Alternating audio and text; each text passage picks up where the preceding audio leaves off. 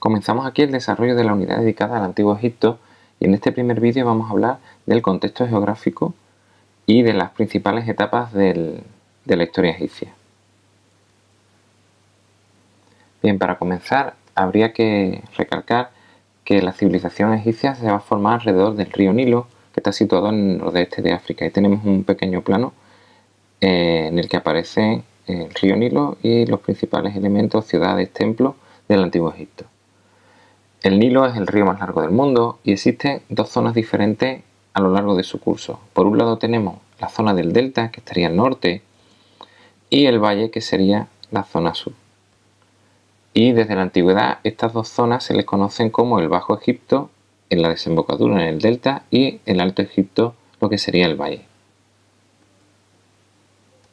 Bien, pues el Bajo Egipto se sitúa, como ya hemos comentado, en la zona norte, en el delta.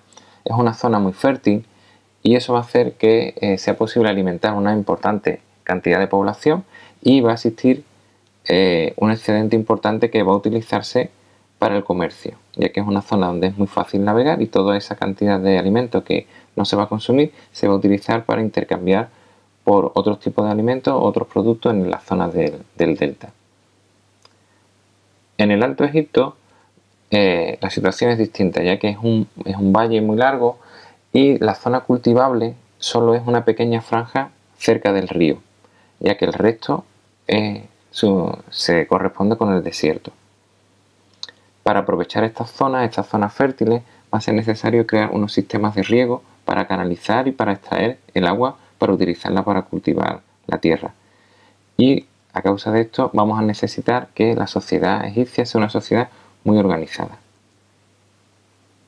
Vamos a hablar de las crecidas del Nilo, cómo se comporta el Nilo a lo largo del año y por qué tiene tanta importancia esto en la agricultura. Bien, entre mayo y junio todos los años se producen una serie de fuertes lluvias al sur de Egipto y eso va a hacer que a partir de julio el río Nilo crezca mucho. Ahí tenemos una imagen con el río en su máximo caudal.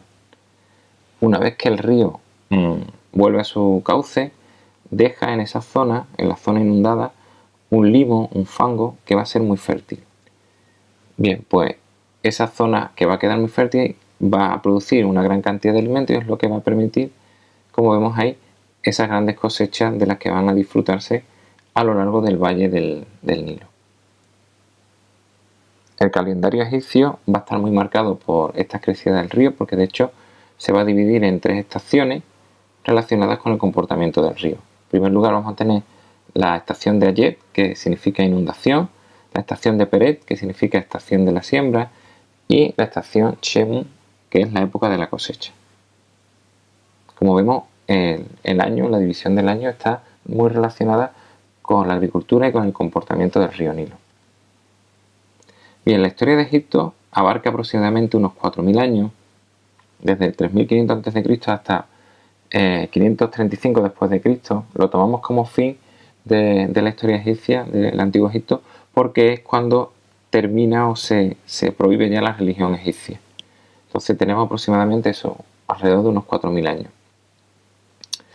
Va a haber tres etapas de esplendor, tres etapas muy importantes, que son el reino antiguo, que va del 2686 al 2181 a.C., el reino medio, que va del 2040 al 1786 a.C., y el reino nuevo, que va del 1567 al 1080 a.C. Entre estas etapas vamos a tener unos periodos de crisis, de problemas internos, que van a llamarse periodos intermedios. ¿Vale? Después del reino nuevo habrá otros periodos con menos importancia para Egipto o con menos esplendor, que será a raíz de la invasión persa, la invasión de Alejandro Magno y finalmente la época en que se convertirá en provincia de Roma. Bien, pues hasta aquí este primer vídeo en el que hemos hablado de la geografía y los periodos de la historia del Antiguo Egipto.